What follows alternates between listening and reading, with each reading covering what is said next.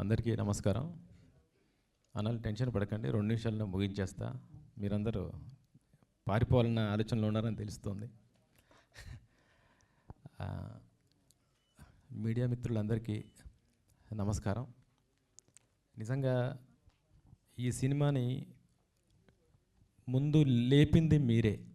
మేము సినిమా చేసి మీ చేతుల్లో పెట్టిన తర్వాత మీరు ప్రివ్యూ చూసి మరునాడు మీరు ఇచ్చిన ఇంటర్వ్యూస్తో సినిమా ఎక్కడికో వెళ్ళిపోయింది. ఓకేనా? ప్రతి రివ్యూ పాజిటివ్ రివ్యూనే, మంచి రేటింగ్స్, అందరూ మంచి రేటింగ్స్ ఇచ్చారు. ఆ రోజు నుంచి ఈ రోజు వరకు మీడియానే ఈ సినిమాని ముందుకు తీసుకెళ్తుంది. దానికి ఎప్పుడు నా కుటుంబమైన నా మీడియాకి నేను రుణపడి ఉంటాను. తర్వాత మా ప్రొడ్యూసర్ గూడూరు నారాయణ రెడ్డి గారు, నేను వద్దని తప్పించుకుని తిరిగినా సరే ఈ సినిమా చేద్దామని నా ఎంటబడి నన్ను పీల్చి పిప్పి చేసి ఈ సినిమా తీయించి ఈ చరిత్రని ముందు తరాలకు చూపిస్తూ నాకు ఒక జీవితాన్ని ఇచ్చారు. మా రెడ్డి గారికి నేను ఎప్పుడు రుణపడి ఉంటాను. నెక్స్ట్, ఈ సినిమా రిలీజ్ అయిన తర్వాత, రిలీజ్ అవ్వకముందు చాలా ప్రాబ్లమ్స్ వచ్చినాయి, చాలా థ్రెట్స్ వచ్చినాయి, చాలా వార్నింగ్స్ వచ్చినాయి. ఇవన్నీ సెకండరీ. సినిమా రిలీజ్ అయ్యి తెలుగుతో పాటు హిందీలో, మరాఠీలో, మిగతా సౌత్ లాంగ్వేజెస్లో చాలా బాగా వెళ్ళింది. తర్వాత ఆ టైంలో మేము హిందీలో ఒక చిన్న మిస్టేక్ వల్ల ఓటీటీకి లేట్ అయింది. తర్వాత అవార్డ్స్కి అప్లై చేద్దామనుకున్నాం. దాదాపు 18 ఇంటర్నేషనల్ ఫిలిం ఫెస్టివల్స్కి అప్లై చేస్తే 15 ఇంటర్నేషనల్ ఫిలిం ఫెస్టివల్స్కి ఈ సినిమా సెలెక్ట్ అయింది. ఇండియన్ పనోరమా అవార్డు దక్కించుకుంది. IFFI ఇఫీ గోవాలో బెస్ట్ ఇండియా డెబ్యూట్గా నమోదైంది. అక్కడ బెస్ట్ డైరెక్టర్ నామినేట్ అయింది. దాంతోపాటు Ayodhya international festival, Vindhya international festival, cinematic international festival, Visakha international festivals, south Asia international festival, Mysore international festival, Goa IFFI international festivals, Tamizh గమ్ అని అదొకటి ఏదో ఇంటర్నేషనల్ ఫెస్టివల్స్, చెన్నైది.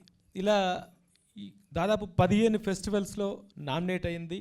14 ఫెస్టివల్స్లో, అంటే విశాఖ వాళ్ళకి స్క్రీనింగ్ లేదు, 14 ఫెస్టివల్స్లో ఈ సినిమా స్క్రీనింగ్ అయింది.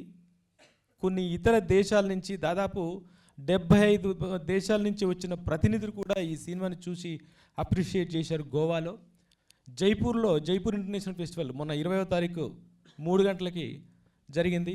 అక్కడ 72 దేశాల ప్రతినిధులు వచ్చి చూసి అప్రిషియేట్ చేశారు. ఎటు చూసినా కూడా మంచి అప్రిషియేషన్స్ ఉన్నాయి.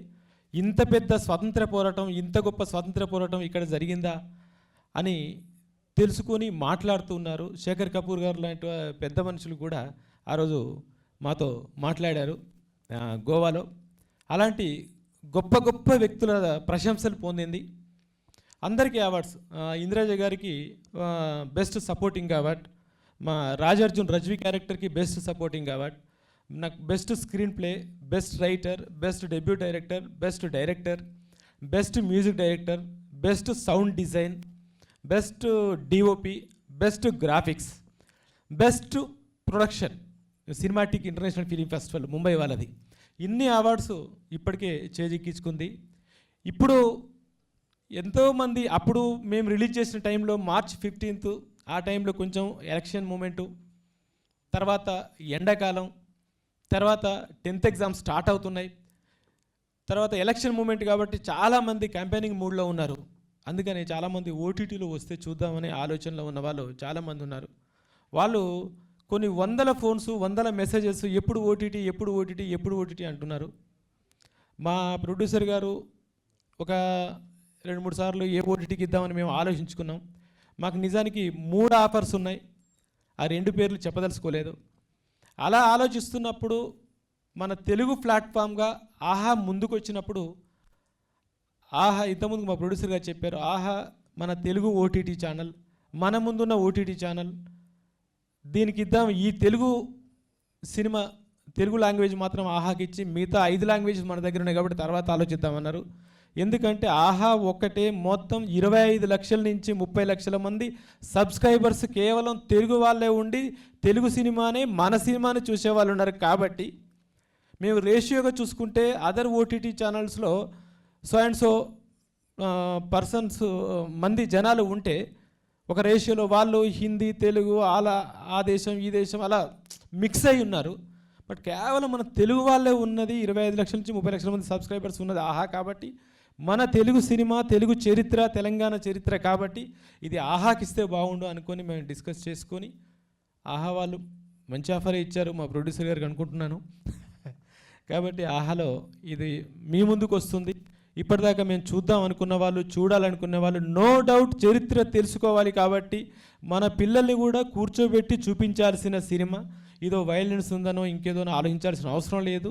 ఇంటిల్లిపాది సకుటుంబ సమేతంగా చూసి చరిత్ర తెలుసుకోవాల్సిన సినిమా. ఆహా ఆల్రెడీ అన్స్టాపబుల్ బాలయ్య బాబు గారితో ఎక్కడికో రేంజ్కి వెళ్ళిపోయింది. ఒక ఫిక్షన్ సినిమాతో, ఒక కమర్షియల్ సినిమాతో, ఒక పీరియాడిక్ సినిమాతో, ఈ సినిమా రజాకార్ సినిమాతో కూడా ఇంకా చాలా జనాల్లోకి వెళ్ళాలని నేను మనస్ఫూర్తిగా కోరుకుంటున్నాను.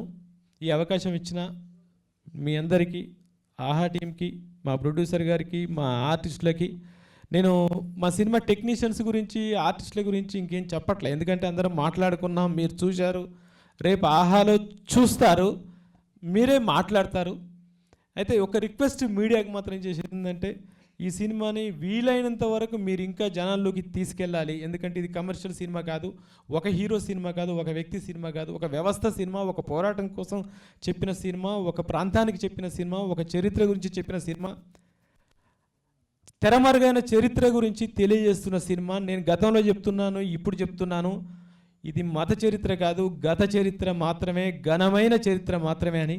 ఈ ఘనమైన చరిత్ర అందరికీ చూపించాలి, మీడియా ముందుకు తీసుకెళ్ళాలని మనస్ఫూర్తిగా కోరుకుంటూ సెలవు తీసుకుంటున్నాను. Thank you.